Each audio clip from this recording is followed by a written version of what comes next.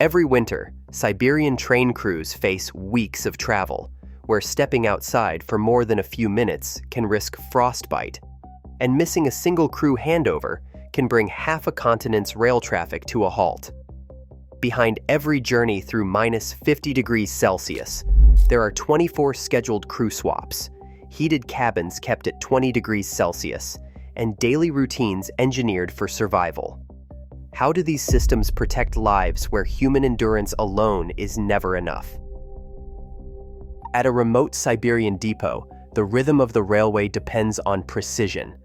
Every 8 to 12 hours, a new locomotive crew arrives, stepping from the heated shadows of the waiting room into the biting air. The depot master waits with the logbook open, gloved hand steady as names are signed and duty times recorded. These entries are not mere formality.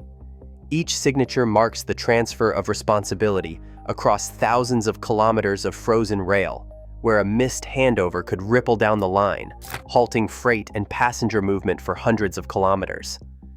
Crew rotations are scheduled with the regularity of a heartbeat, 24 swaps required to move a train from Vladivostok to the western edge of Russia.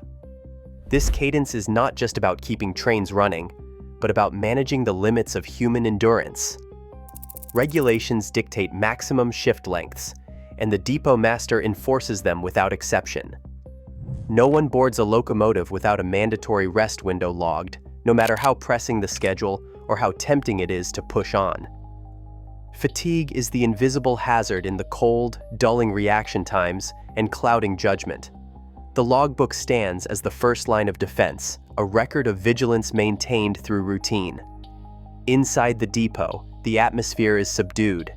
Crews coming off shift peel away layers of insulated clothing, boots heavy with frost.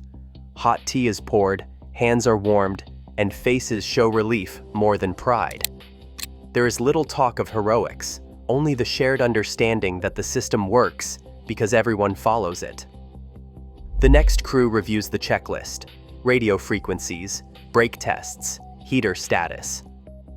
Each item is ticked off in silence, the process as familiar as breathing, yet never rushed.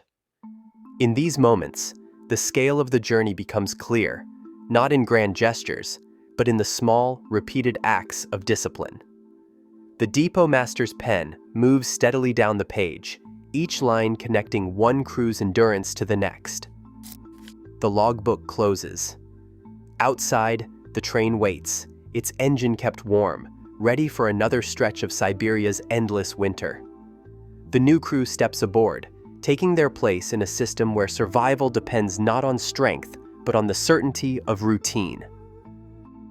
Inside the locomotive cab, the world outside becomes almost theoretical. The temperature beyond the steel walls can fall to minus 50 degrees Celsius, but a circulating coolant system keeps the air inside at a steady 20 degrees Celsius.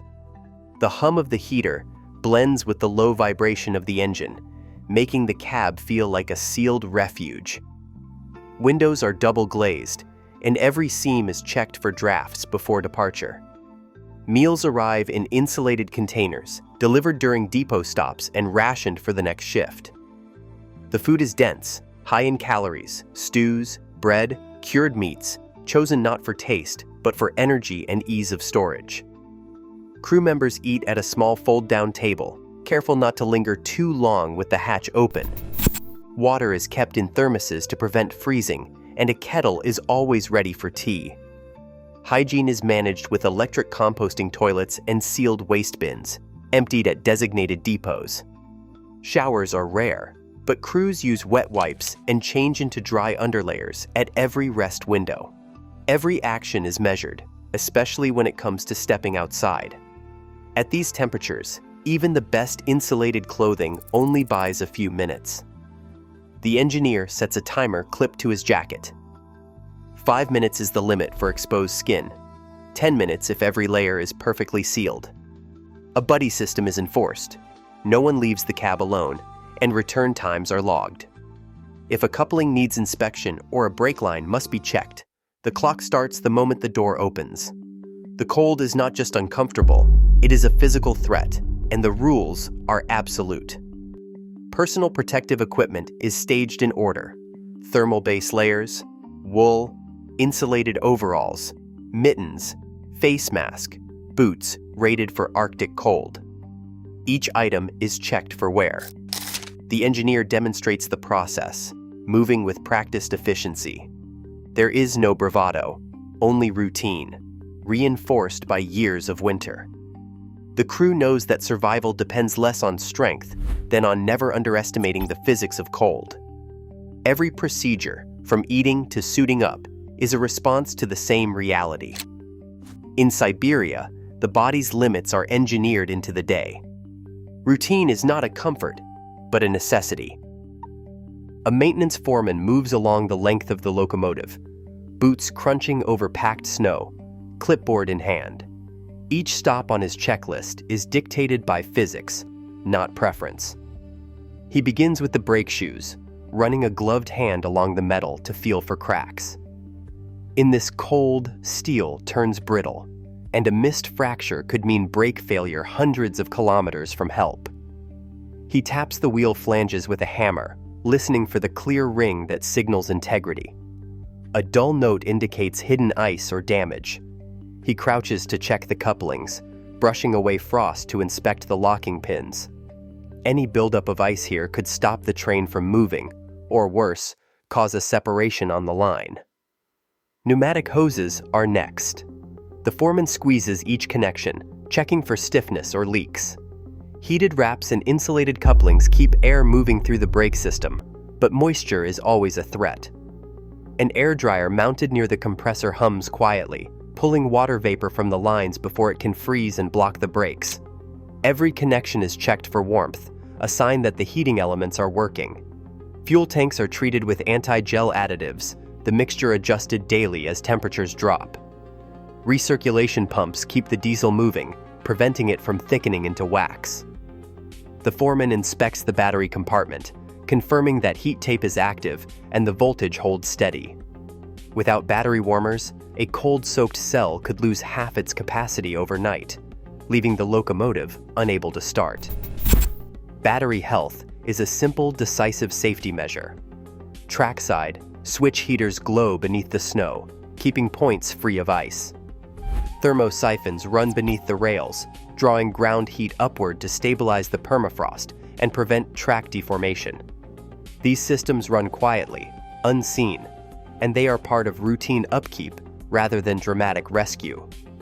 Thermosyphons and heaters are basic infrastructure. Each of these checks is logged, not as a formality, but as a record of defense against the cold. The foreman's routine is slow, methodical, and absolute. Every safeguard in place before the train is cleared to depart. A sudden loss of air pressure triggers an alert on the Zima dashboard in the regional dispatch center. Within seconds, the locomotive crew radios the dispatcher, and their message is relayed over both standard and satellite channels to guarantee contact even if one system fails. The train grinds to a halt in open country, snow swirling around the stalled cars. Inside the cab, the crew secures the brakes and activates auxiliary heaters, conserving every watt of warmth as they await instructions. The dispatcher, seated before a bank of monitors, reviews telemetry in real time. Engine temperatures, brake cylinder pressure, battery voltage. Zima's redundancy means any drop in a critical value is flagged instantly, and the safety officer can compare readings from multiple sensors to rule out false alarms. In the first 30 minutes, protocol dictates that the crew stays inside unless absolutely necessary. Outdoor checks are logged and timed, no more than 5 minutes per person in the cold, with a strict buddy system enforced. If the problem persists past the hour mark, the dispatcher escalates. A snowplow already working nearby as part of the continuous clearing fleet is rerouted to the stricken train's coordinates. Spare parts, batteries, hoses, and heating elements are staged at remote depots along the line, ready for rapid deployment. The safety officer tracks the plow's progress on the dashboard, confirming arrival within 90 minutes. On board, the crew receives updates via radio, each message confirming the system is functioning as designed. Backup plans, layered communication, and a clear timeline for action. If repairs cannot restore movement within 2 to 4 hours, the protocol shifts again. Relief crews and additional equipment are mobilized from the nearest depot. The goal is always to restore movement before cabin temperatures drop to unsafe levels, but the system is built to prevent any single failure from becoming a crisis. In Siberia's winter, it is not strength or improvisation that keeps trains moving, but the discipline of procedure and the certainty of redundancy. Every winter, Siberia's trains keep moving, not because of heroics, but because systems respect human limits. As global infrastructure faces harsher extremes, survival hinges on planning, not endurance. The physics of cold remain non-negotiable. Anywhere that people and machines meet the edge of what is possible,